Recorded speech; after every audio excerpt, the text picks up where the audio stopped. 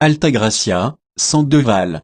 Tout commence au Mexique, avec une femme en bikini bleu qui court et crie pour que la personne qui lui tire dessus s'arrête. Elle s'arrête devant un arbre et un homme inconnu lui tire dessus. On dirait qu'il y a un nouveau gang terrorisant les femmes au Mexique. Il lui retire ensuite son collier.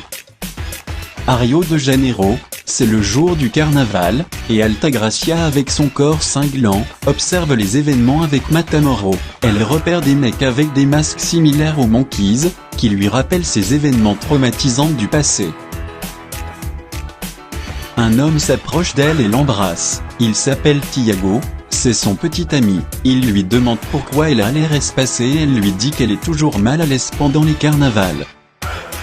De l'autre côté, Monica et Regina sont heureuses de son discours et en parlaient des réactions sur les réseaux sociaux. Elle est la présidente de l'organisation Renaucé. Une voiture qui les suit depuis un événement les dépasse et les fait presque s'écraser. Monica est blessée au visage.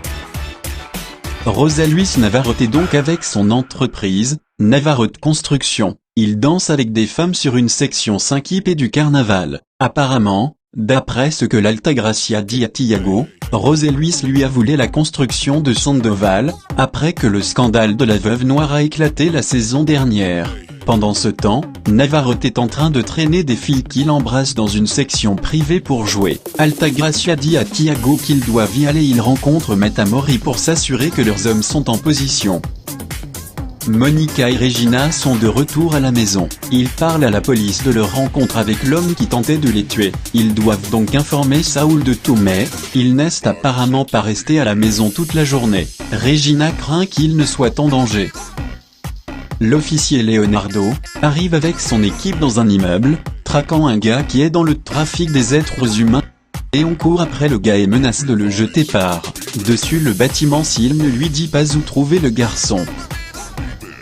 Il informe que le garçon est dans une voiture. Léon informe ses camarades et demande ensuite combien d'enfants sont victimes de son trafic. Celui-ci ne répond pas. Caro informe Léon qu'elle a retrouvé le petit garçon. De retour à Rio de Janeiro, Navarrete passe des accords avec des gens à l'ombre du carnaval. Tout à coup, Altagracia arrive déguisée et se met à danser.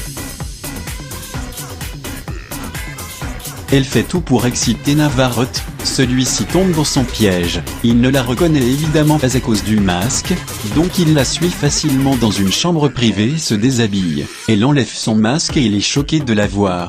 Altagracia, la dernière fois que je t'ai entendu, tu t'étais noyé, s'exclame-t-il. Elle pointe calmement un pistolet sur sa tête. Apparemment, il lui avait déjà proposé un partenariat et elle n'était pas intéressée. Il a même essayé de se débarrasser d'elle quand elle l'a refusé. Elle lui dit qu'elle ne lui permettra pas de détruire tout ce qu'elle a construit à la sueur de son front. Il a apparemment utilisé la police pour garder tout ce qu'elle possédait. Thiago récupère le téléphone de Navarrete et écrit un message à ses gardes du corps. Il leur demande de venir avec la mallette d'argent. Elle lui tire une balle sur l'épaule. Elle place ensuite le pistolet dans sa bouche et lui rappelle qu'elle pourrait le tuer et s'en tirer. Altagracia est avec Thiago menaçant Navarrete d'exposer ses offres s'il ne sort pas de son territoire. Elle a apparemment ses messages et tous ses contacts. Il ne doit pas dire un mot de ce qu'il a vu. Thiago et Matamoros aident Altagracia à voler l'argent de Navarrete. Elle lui dit qu'elle prend ça en compensation de tout ce qu'il lui doit.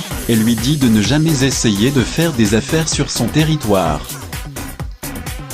Léon rentre chez lui et se met au lit avec sa femme.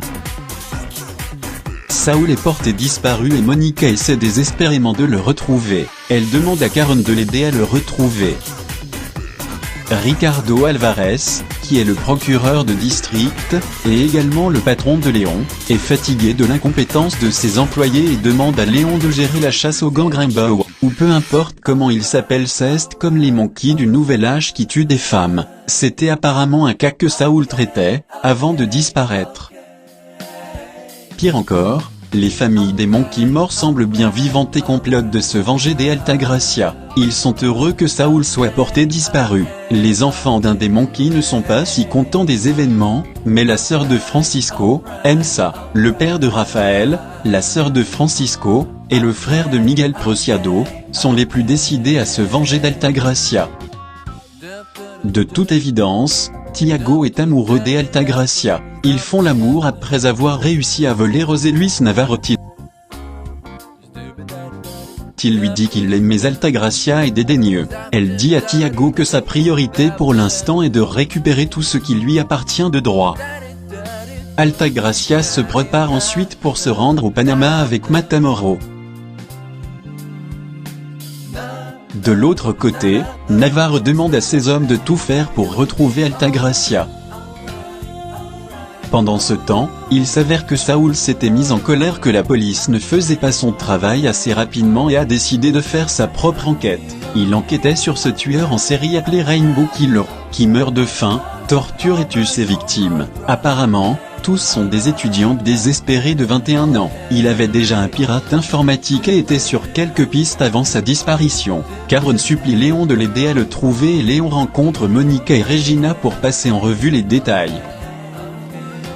Altagracia est en route pour le Panama avec Matamoros quand ils atteignent un barrage routier. Elle a donc un flashback lorsqu'elle regarde la mer. Apparemment, quand elle a couru dans la mer, elle a commencé à se noyer jusqu'à ce que les Matamoros l'aident, la sortent de l'eau.